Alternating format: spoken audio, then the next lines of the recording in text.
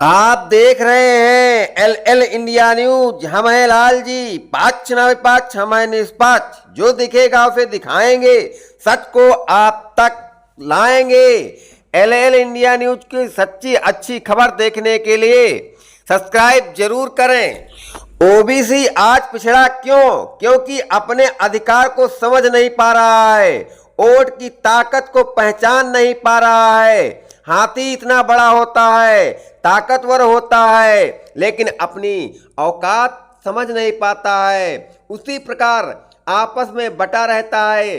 OBC एकता नहीं कर पाता है, पिछड़ा रह जाता है। वोट दो धारी तलवार है जो दारू मुर्गा में लोग बेच देते हैं, अपने बच्चों को काट देते हैं। शिक्षा सुविधा नहीं मिल पाती है, भटकता रहता है, कोई सुविधा नहीं मिल पाती है, कोई नहीं सुनने वाला होता है। वही वोट जो सही व्यक्ति को दिया तो आपको सारी सुविधा मिल जाएगी, अगर वही वोट बेच दिया तो अपने बच्चों पर तलवार आपकी चल जाएगी। अगर वोट नहीं बेचा तो आपके दुश्मन के ऊपर तलवार चल जाएगी। अब आपको तय करना है दो धारी तलवार कहां चलाना है। आगे दिखा रहे हैं सारा नजारा।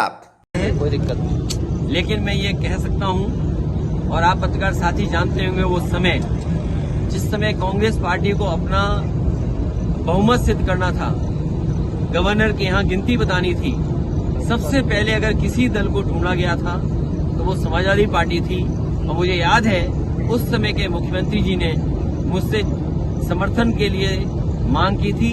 मैंने बिना हिचके हुए और बिना किसी शर्त के पहले विधायक का समर्थन समाजवादी पार्टी ने दिया था और उसी की वजह से कांग्रेस की सरकार यहाँ बनी थी। उसके बाद बहुजन समाज पार्टी ने समर्थन किया। महंगाई में 1,000 रुपए दे देना, 3,000 रुपए तक कर देना। जब आप $1 ट्रिलियन इकोनॉमी की बात करते हैं, $5 ट्रिलियन की इकोनॉमी की बात करते हैं, और जब एक ही पार्टी दिल्ली में हो और प्रदेश में हो, तो महिलाओं को कम से कम 6,000 रुपए महीने मिलना चाहिए, तभी वो अपना घर गुजारा कर पाएंगी। अगर महिला के हाथ में पैसा होगा तो उसको सम्मान भी मिलेगा, अपने बच्चों को पढ़ा लिखा भी लेगी, बच्चों को कपड़े भी अच्छे पहना देगी, बच्चों को खिलाने पिलाने का इंतजाम भी अच्छा कर देगी। इसलिए समाजवादी पार्टी का मानना है, उत्तर प्रदेश में हालांकि हम लोगों ने पिछले चुनाव में कहा था कि समाजवादी पेंशन महिलाओं को 3,000 की जाएगी। हमें खुशी इस बात की कि देश में सबसे पहले अगर पेंशन देने की योजना, और खासकर गरीब महिलाओं को, आदिवासी और पिछड़ी दलित महिलाओं को किसी ने शुरू किया था तो समाजवादी लोगों ने किया था, और वही उदाहरण दूसरे प्रदेशों में बनाए। समाजवादी पार्टी का मानना है कि जब तक 6,000 रुपए आप नहीं दोगे तब तक हमारी माँ अपने बेटों को, बच्चों को देखभाल पढ़ाई नहीं करा पाएगी, ना घर का इंतजाम कर पाएगी। इसलिए अगर कोई भी समाजवादी पेंशन देनी पड़ेगी तो 6,000 देंगे। जहाँ तक बिजली को लेकर के बड़े बड़े सपने दिखाए गए हैं कि हमने देश का नहीं, हो सकता है दुनिया का भी सबसे बड़ा सोलर प्लांट लगाया हो, लेकिन सोलर प्लांट लगने से नहीं सवाल है। सवाल ये, क्या उस बिजली के बनने से गरीब को क्या लाभ हुआ है। मुझे याद है कि देश के राष्ट्रपति रहे कलाम साहब, उन्होंने कन्नौज में मेरे साथ उन्होंने सुझाव दिया था कि पूरे गांव को सोलर से, आप सोलर बिजली से पूरा कर दीजिए। मैंने सोलर बिजली से पूरा गांव इंतजाम कर दिया था और कलाम साहब खुद आए थे उद्घाटन करने के लिए। वो आज भी उस तरह के गांव बहुत सारे बनकर के तैयार हो गए थे। जब से बीजेपी की सरकार आई है वो भी काम रुक गया है। अगर सोलर की कहीं सबसे ज्यादा क्षमता है और कहीं सबसे ज्यादा लाभ पहुंचाया जा सकता है तो हमारे गरीब, अगर यूपी में 1 ग्राम सभा में कम पैसे में चक्की के लिए, ट्यूबवेल के लिए, उनके घर की बिजली के लिए इंतजाम हो सकता है, तो मध्य प्रदेश में क्यों नहीं इस तरह की विशेष योजना भी लागू करने का काम करेंगे। इस आकलन में थी कि चुनाव पहले दिल्ली का हो या प्रदेशों का चुनाव हो। हमारे पत्रकार साथी भी उस उलझन में थे, लेकिन अब ये महसूस हो रहा है कि मध्य प्रदेश का चुनाव पहले होने जा रहा है, फिर दिल्ली का चुनाव होगा। इसलिए मैं यहाँ की जनता से अपील करूंगा कि केवल हिसाब किताब प्रदेश की सरकार का न लें। प्रदेश की सरकार तो कई वर्षों से यहाँ चल रही है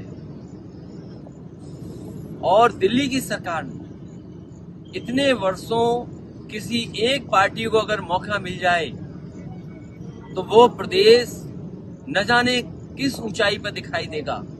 मुझे दुख है इस बात का कि दिल्ली में भी सरकार होने के बाद भी और प्रदेश सरकार में होने के बाद भी मध्य प्रदेश में महिलाओं का उत्पीड़न, महिलाओं के साथ अन्याय, बेटियों के साथ अन्याय, आदिवासियों के साथ अन्याय और खासकर दलित महिलाओं के साथ जो अन्याय हो रहा है उसमें सबसे आगे अगर कोई प्रदेश दिखाई दे रहा है तो मध्य प्रदेश दिखाई दे रहा है। इसी तरह बेरोजगारों की संख्या में भी मध्य प्रदेश आगे है। जो किसानों को सुविधा देने की बात बीजेपी ने कही, पूरे देश में कहा कि किसानों की आय दोगुनी कर देंगे, लेकिन आज भी जब चुनाव होने जा रहा है, इतने वर्षों के बाद भी किसानों की आय दोगुनी नहीं हुई। गेहूं प्राइवेट कंपनियों से खरीदवा लिया, धान में कोई इंतजाम नहीं किया, एमएसपी के लिए किसानों को लड़ना पड़ा दिल्ली में, लेकिन उसके बावजूद भी किसानों को कोई भाव ये सरकार ऐसा नहीं दे पा रही जिससे किसान खुशहाली में आए। शिक्षा का स्तर गिरा है और शिक्षा के स्तर में लगातार गिरावट आई है। सरकारी स्कूल और सरकारी विद्यालय बंद हो रहे हैं। इसका मतलब ये है कि प्राइवेट की तरफ बीजेपी जनता को लेकर के जा रही है। प्राइवेट जब भी चीजें बढ़ेंगी, गरीब जनता से दूर हो जाएगी शिक्षा। स्वास्थ्य के आकलन में भी मध्य प्रदेश ने कोई चमत्कार का काम नहीं किया है, बहुत पीछे है। स्वास्थ्य के क्षेत्र में कहने को तो ये कह सकते हैं कि उन्होंने मेडिकल कॉलेज बनाए हैं, लेकिन जो सुविधाएं गरीबों को होनी चाहिए, जो सुविधाएं तुरंत मिलनी चाहिए, वो सुविधाएं ये सरकार नहीं दे पा रही है। स्वास्थ्य में भी, इलाज में भी आज गरीब जनता को और जो दूर दराज रह रहे हैं उनको कोई इलाज सही ये सरकार नहीं दे पा रही। कहने को ये आयुष्मान